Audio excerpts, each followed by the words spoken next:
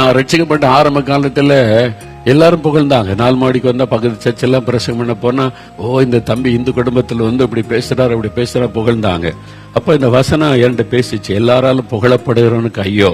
நான் ஒரு நாள் பார்த்துட்டு, என்ன ஆண்டவரே எல்லாருமே புகழ்றாங்க, அப்ப எனக்கு ஐயோ தானே, எல்லாராலும் புகழப்பட்ட ஐயோ தானே அப்படின்னு நினைச்சு ஜோம் பண்ண பாருங்க.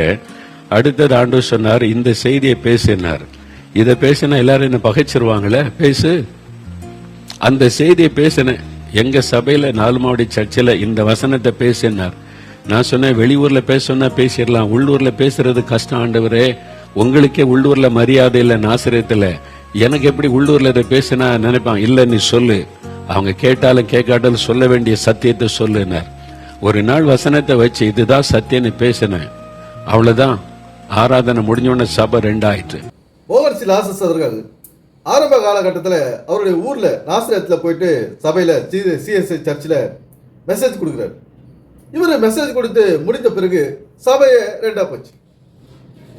இப்போ இவங்க ஏன் இப்படி எல்லாம் நடக்குதுன்னா, இவர் ஒன்று சொல்ல, சபை மக்கள் ஒன்று புரிஞ்சிக்க, பாஸ்டர்கள் ஒன்று புரிஞ்சிக்க, அங்கே இருக்கிற பாஸ்டர்கள் அந்த சர்ச்சில் நடத்துகிறவங்க இப்படி கருத்து வேறுபாடுகளால் சபை 2ஆக பிரிஞ்சு போச்சு. இந்த மாதிரி தான் இவருடைய பிரசங்கத்தை கேட்டு இன்னைக்கு குடும்பங்கள் 2ஆக பிரிஞ்சுன்னு. இன்னைக்கு கிறிஸ்தவ குடும்பங்களில் தர்க்கங்கள், விவாதங்கள், இதுவும் இல்லாத வியாதிகள், வறுமைகள், குடும்ப பிரச்சனைகள். எதனால? இந்த பைபிள் சத்தியம் சரியா சொல்லப்படாததுனால. பைபிள் இருக்கிற விளக்கம் நம்மளுக்கு வாழ்க்கைக்கு ஏற்றதா இருக்கணும், நடைமுறைக்கு. சில பேர் வாழ்க்கையை பற்றி பேசினா பைபிள் இருந்து அதை வெறுப்பாங்க. அந்த பைபிள் இருந்து அது பரலோகம் நரகம் அப்படின்றத பற்றி பேசினா வாழ்த்துவாங்க. இப்படி தான் இந்த இரு கூட்ட மக்கள் இருக்கிறாங்க, இந்த வாழ்ந்துங்கிறாங்க இந்த உலகத்தில். ஒருத்தர் என்ன செய்வார், பரலோகத்தை பற்றி பேசலையே அப்படின்னு அவங்க நினைப்பாங்க. ஒருத்தர் என்ன செய்வார், ஒரு கூட்ட மக்கள் என்ன செய்வாங்க, இவர் என்ன வாழ்க்கைக்கு ஏற்ற மாதிரியே பேச மாட்டாரு அப்படின்னு யோசிப்பாங்க. இதனால தான் 2 பிரிவாக இந்த உலகத்தில் நம்ம இருக்கிறோம். என்ன அப்போ பைபிள் என்ன சொல்லுது? 2 யாரோ வராங்க, அவங்க கருத்தை பேசுகிறாங்க. இதில் குழுப்படி உண்டாக்கினு குடும்பங்கள் 2ஆக போகுது, சபைகள் பிரிந்து, பல சபைகள் பிரிஞ்சு போகுது. இப்போ பைபிள் என்ன சொல்லுது? பைபிள் வந்து எதை மையமாக வச்சு எழுதிக்குது. அதனால எதற்காக நம்ம உண்டாக்குனார்?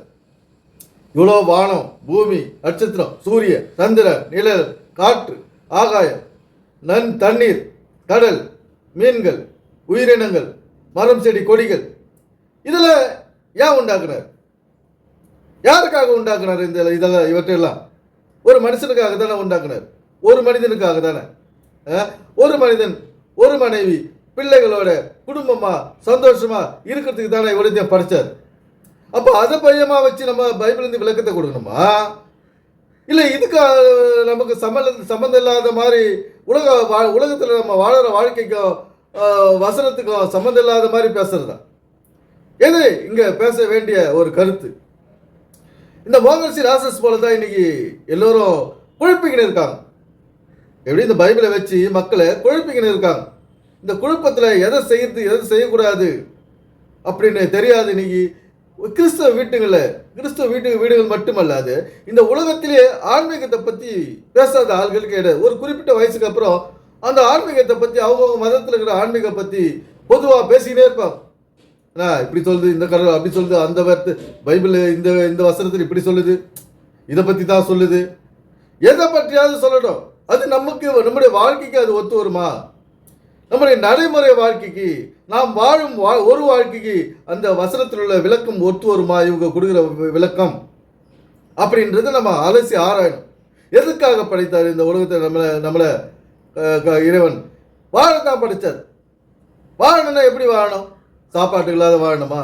போட்டுக்க சட்டை இல்லாத வாழணுமா? இருக்க இடம் இல்லாத வாழணுமா? அதுக்காக படைத்தார்.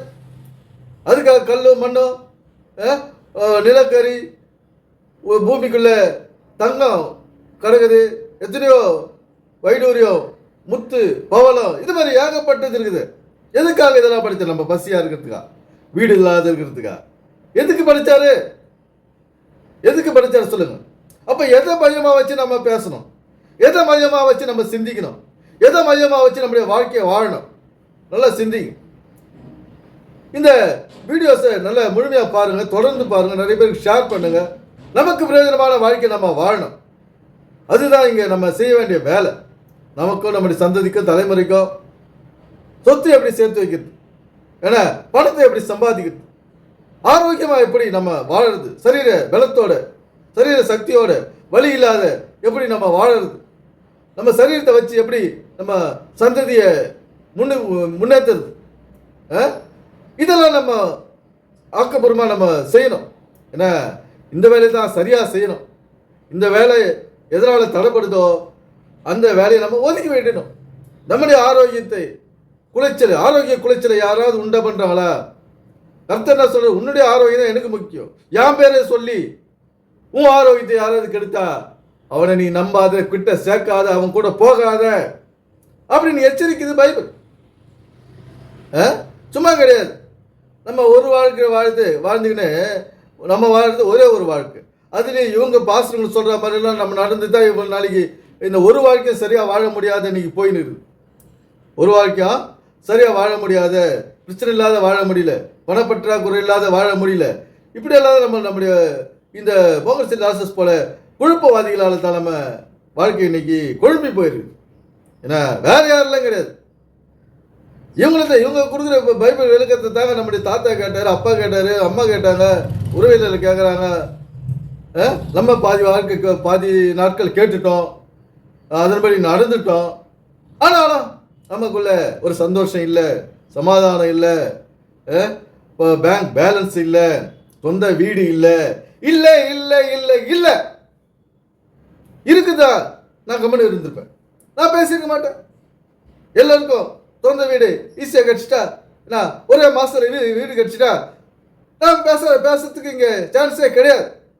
நம்ம இங்கே போராடி எப்படியெல்லாம் நம்முடைய வாழ்க்கையை கொண்டு போனோம், எது நமக்கு தேவை, எப்படியெல்லாம் நம்ம அடையிறது, இதில் நம்ம பிரயாசப்பட்டால் தான் இங்கே எல்லாம் நடக்குது. சாப்பாடு கிடைக்குது, இடம் கிடைக்குது, ஆசிரியாக இருந்துட்டா மோகன்சிங் லாசஸ் போல உலக வாழ்க்கைக்கு சம்மந்தம் இல்லாத ஒரு வேத விளக்கத்தை கொடுத்தா நமக்கு எப்படி இதெல்லாம் கிடைக்கும்? அதனால வேதம் நம்முடைய வாழ்க்கையை விரும்புகிறது, அதை சரியாக வாழ்வோம். எனவே சிந்திப்போம், செயல்படுவோம். நன்றி, வணக்கம் நண்பர்களே.